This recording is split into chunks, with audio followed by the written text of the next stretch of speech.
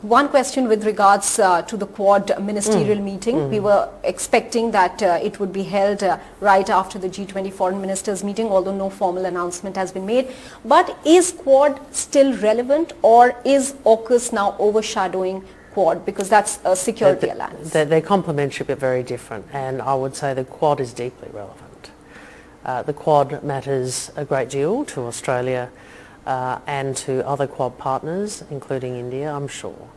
And ultimately, the Quad is about making sure we have a region which is stable, secure, prosperous, and in which sovereignty is respected, where we can cooperate not only on strategic matters, but on matters which are about benefiting the communities who live in the Indo-Pacific. And obviously the vaccines is the most recent example of that, and we will look to build on it. And I do want to emphasise again how much we value India as a partner in the Quad arrangement. Let's talk about the bilateral issues between India and Australia. There has just been the interim trade deal that has come into force. Prime Minister Albanese is going to be travelling to India in less than a week's time now. What should we expect?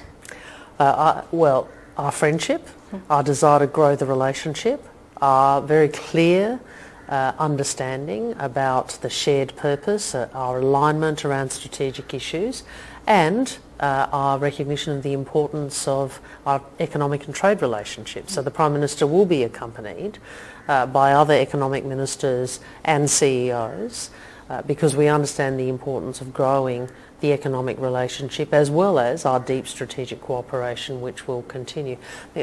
Australia, as you know, we have a very vibrant and growing Indian diaspora that adds vibrancy and warmth to our friendship. We also want to keep growing the economic side of our relationship, and I'm sure the Prime Minister's visit will enable that. We are seeing the Ukraine war continuing. It's been 1 year now, and the spillover effects in energy crisis, in food crisis are going well beyond the borders of Europe.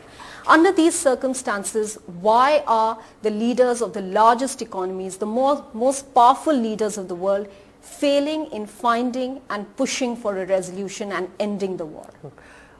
This war has been